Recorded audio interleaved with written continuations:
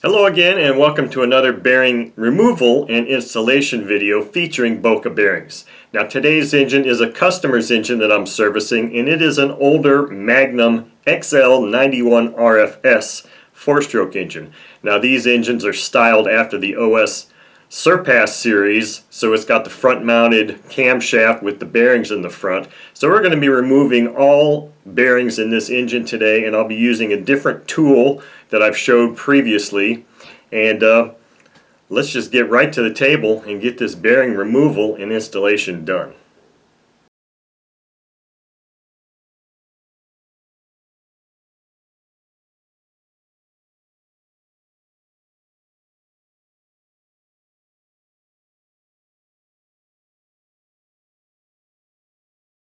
Okay, so here on the table I've got everything I need to do this bearing removal. I've got the Magnum crankcase here that has all the bearings still installed. It's got the camshaft bearing here, and I've got the cam cover here, and it's got the main bearings still in the case, obviously. Here I've got a new tool that I'm going to be using, as opposed to using my old punch set to remove the batteries, to remove the bearings. I'm going to use this brass drift and see how it works. And again, different tools. So here I've got a tool, pieces of a tool that a friend of mine, Bill, designed to extract the bearings on extract these camshaft bearings from both the crankcase and the cover. And then of course I'm going to use this adjustable jaw wrench to actually do that. So what I think I'm going to do now is these things I'm going to set off to the side, because I'm going to extract the bearings from the crankshaft or the crankcase first. And with that I'll also be using my heat resistant glove and my heat gun. Now in the course of disassembling this engine, there was a lot of oil I used in there to disassemble it. So I've already got some disassembly or penetrating oil in there. So I'm just going to go ahead and heat this up, and we'll get these main bearings out of the crankcase first.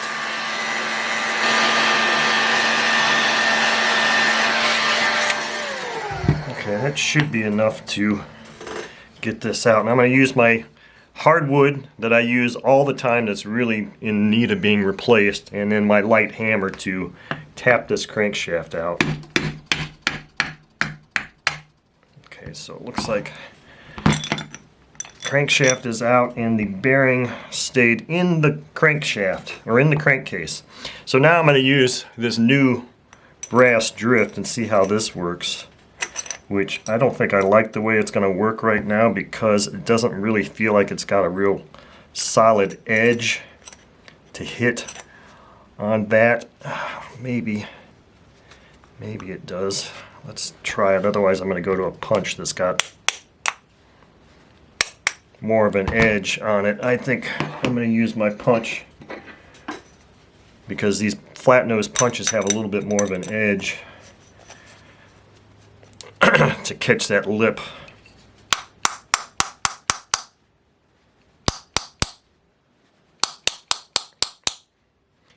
Yeah, that brass punch was curved or rounded on the edges, because it's actually designed to be used as a drift and push things straight and not kind of, I have to catch an edge.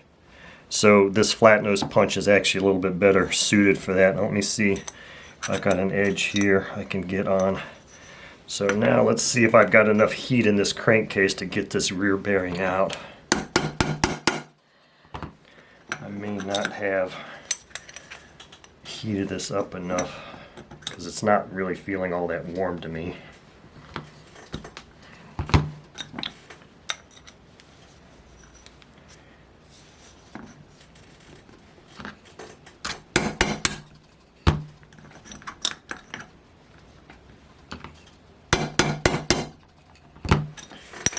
If it's coming out at all. I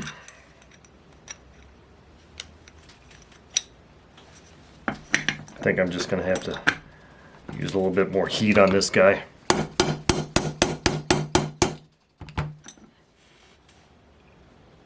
Yeah, let me heat this thing up a little bit more. Actually, it looks like I started getting that bearing moving, but I'm just going to put a little bit more heat on this to make it a little bit easier. Looks like I did get it moving a little bit there. You never know what to expect with some of these engines. Sometimes the bearings come out really easily, and other times they can kind of present a few challenges.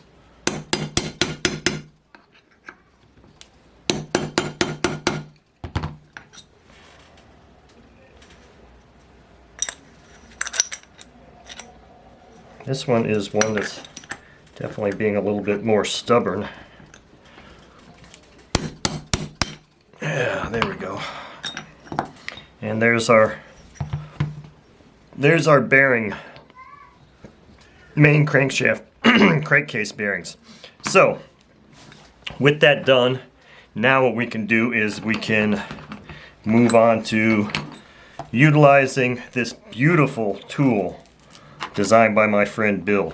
Now this portion here is actually specifically designed to remove the camshaft bearing that's in the cover, and it's conically shaped so that it's universally fit for the various different sizes of engines, because the diameters of the outer, or this outer portion, can change somewhat slightly, and this was a more universal fit.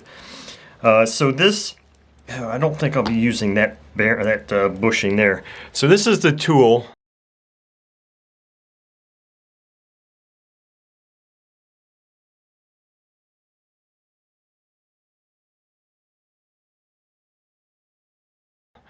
And it's designed to get inside the inner race and grip, expand outward. And that's what this little push rod does, is once you get this tool inserted in the bearing, then you insert this push rod and it expands these jaws out and grabs on those bearings.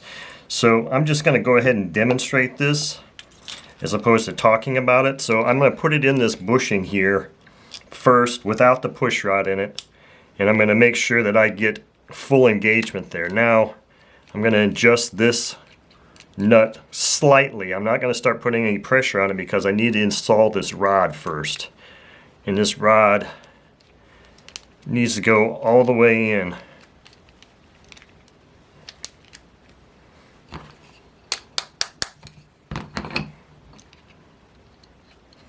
So now what I'm going to do is I'm going to move that out of the way, and I'm going to put my vise over here, and I'm going to hold this portion like this and rotate just this screw, or this bolt here, this nut, and it should just extract this bearing right out.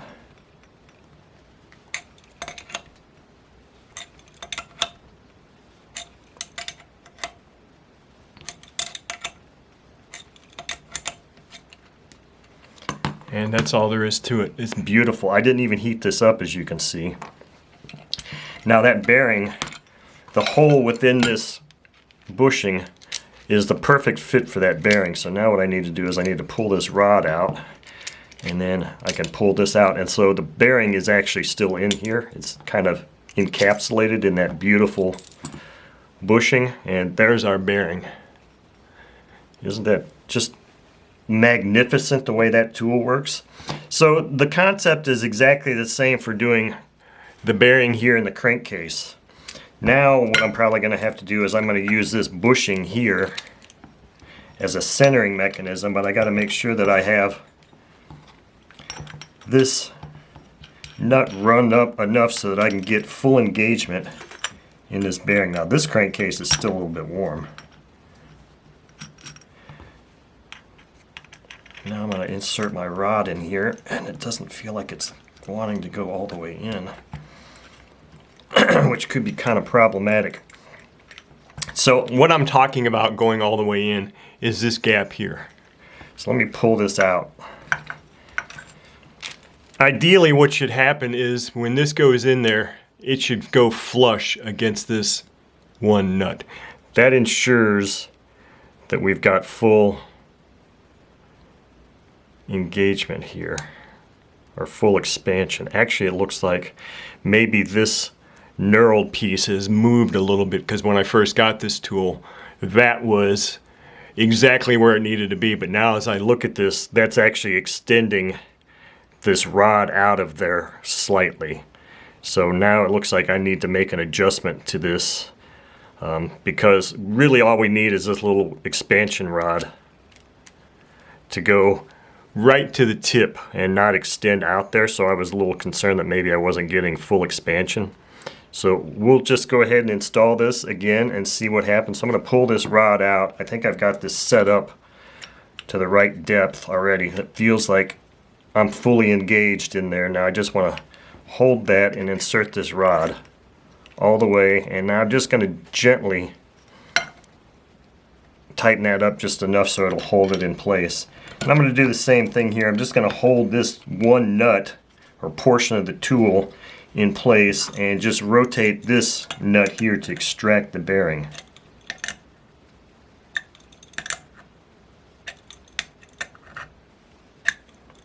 And in theory, it's pulling the bearing out. And in this case, it did not. So let's reset.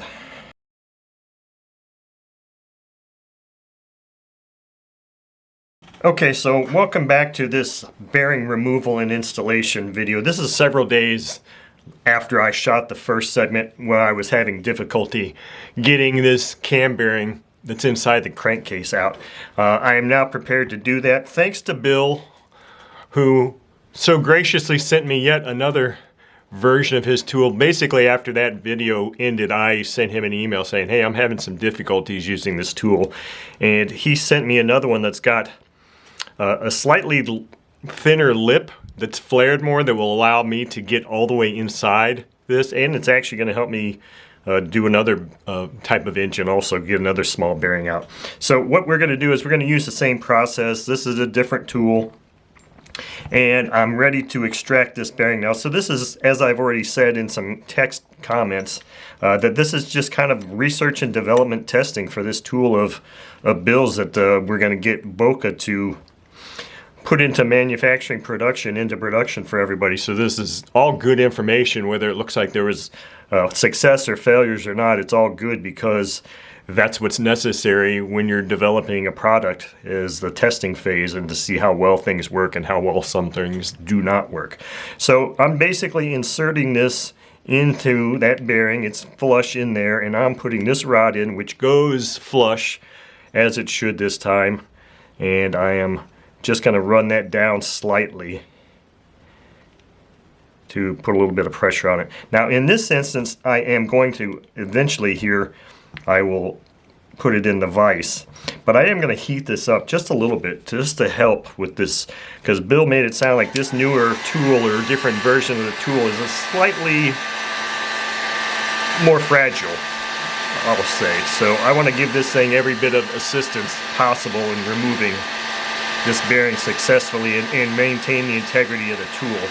So I'm just going to heat this up just a little bit here. I've got a couple drops of oil in there also that should aid in that process. So now let's just snug this thing up on here, and I'll get my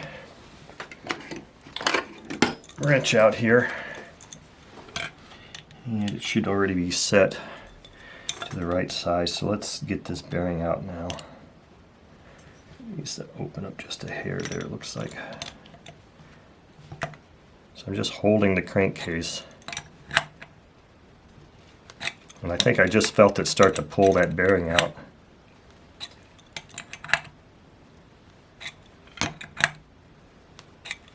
So this tool has that thinner, flatter lip that allows to go in a little bit deeper. So these bearings, I believe, see that bearing came off perfectly. What I think happens sometimes is that, let me just explain this real quick. This portion, this outer or this smaller circle you see here, I think that thickness is supposed to be the only gap, or the only gap beneath the bearing.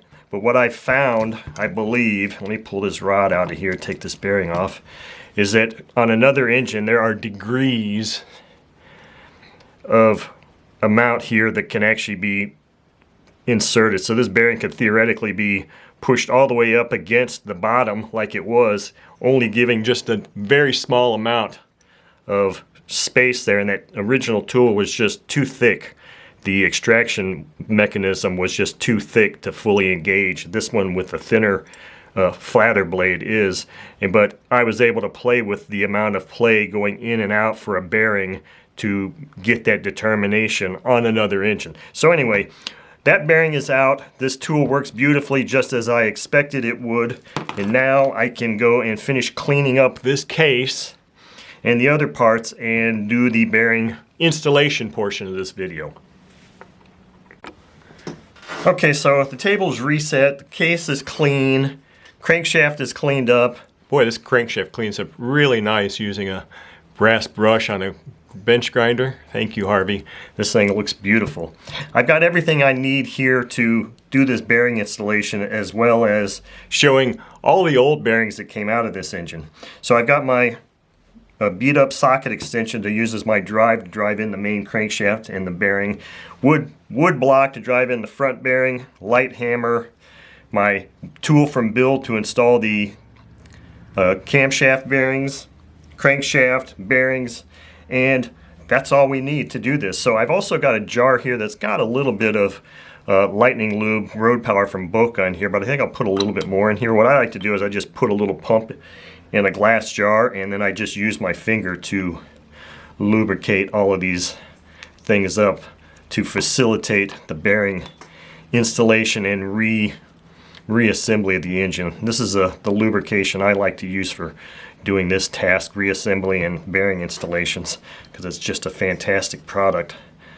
And using my finger to do this just kind of lets me feel all of these things, so I know that there's adequate lubrication there.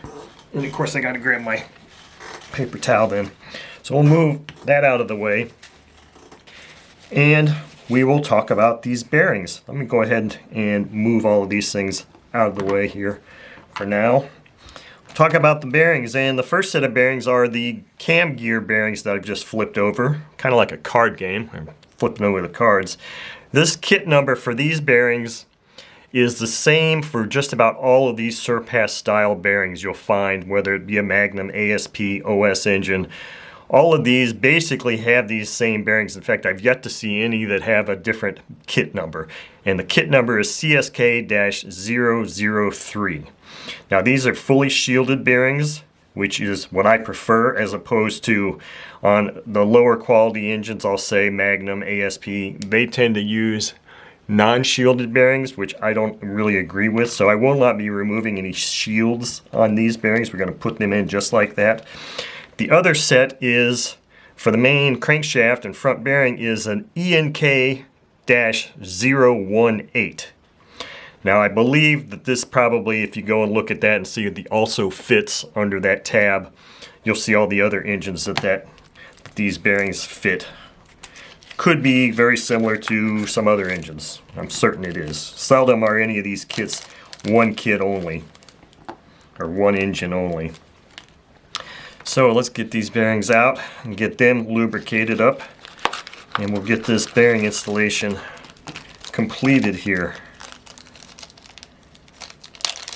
When I say lube these up, I'm really only referring to the outer race and maybe the inner race if I can fit there. The bearings themselves come either pre-greased or lubed. If it's a shielded bearing and or a rubber seal, there'll be grease in there. When it's an open shielded, they're just lubricated. So as I said, these small cam bearings are going to stay the same. I'm going to be removing one of the shields on this. And to do that, I'm just going to use a very small flat blade screwdriver and just kind of puncture in there right above the inner race and just lift this up and out. So that is removed. Now that bearing is ready to go in the engine. So with that said, I think we'll do the bearings in the main crankcase first. And to do that, we're going to start with this bearing here. So I'm just going to heat that up just a little bit.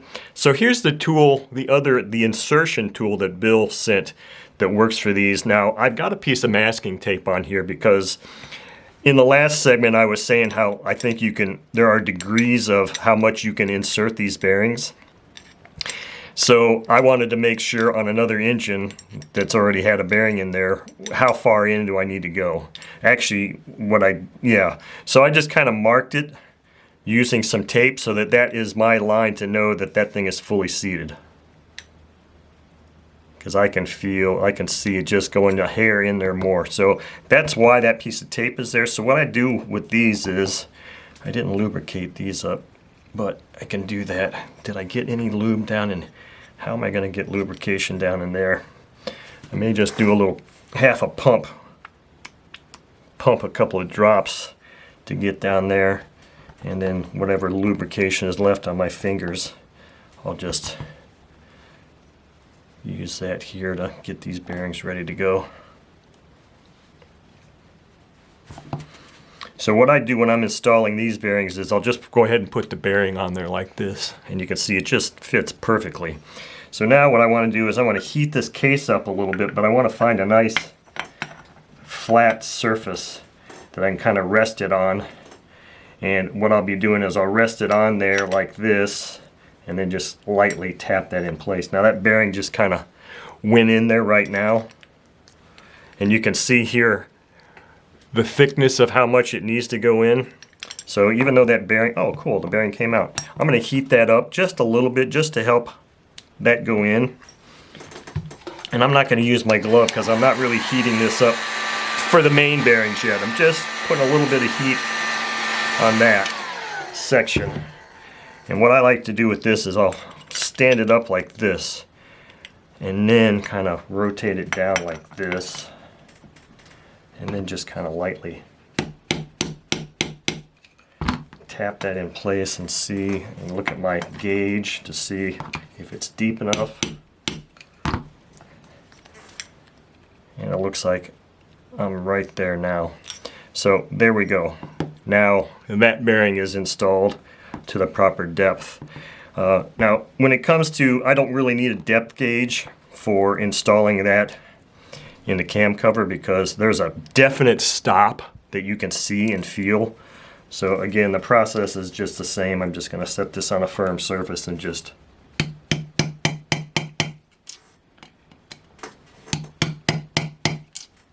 tap that until that bearing is flush, and you kind of hear that last little tap. It was a louder sound.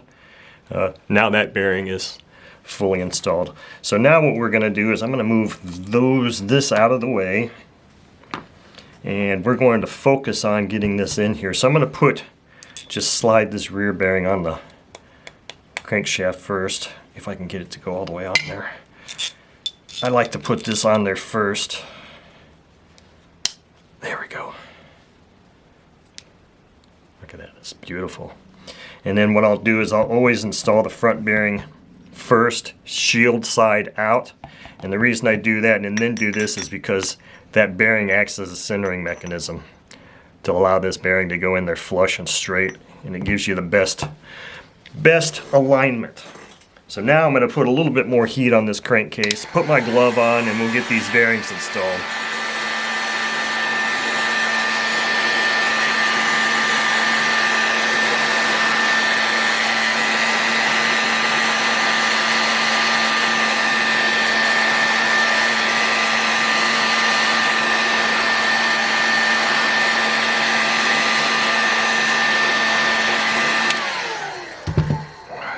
Sufficient. I'm just going to set this bearing on here. Use my piece of wood, my hammer, and just lightly tap that into place. And that bearing is in. Now, we can just insert this and see how it just centered that. And I just shoved it in pretty far. Now we'll use this drive and insert that bearing all the way. Is it fully seated? Nope, not yet.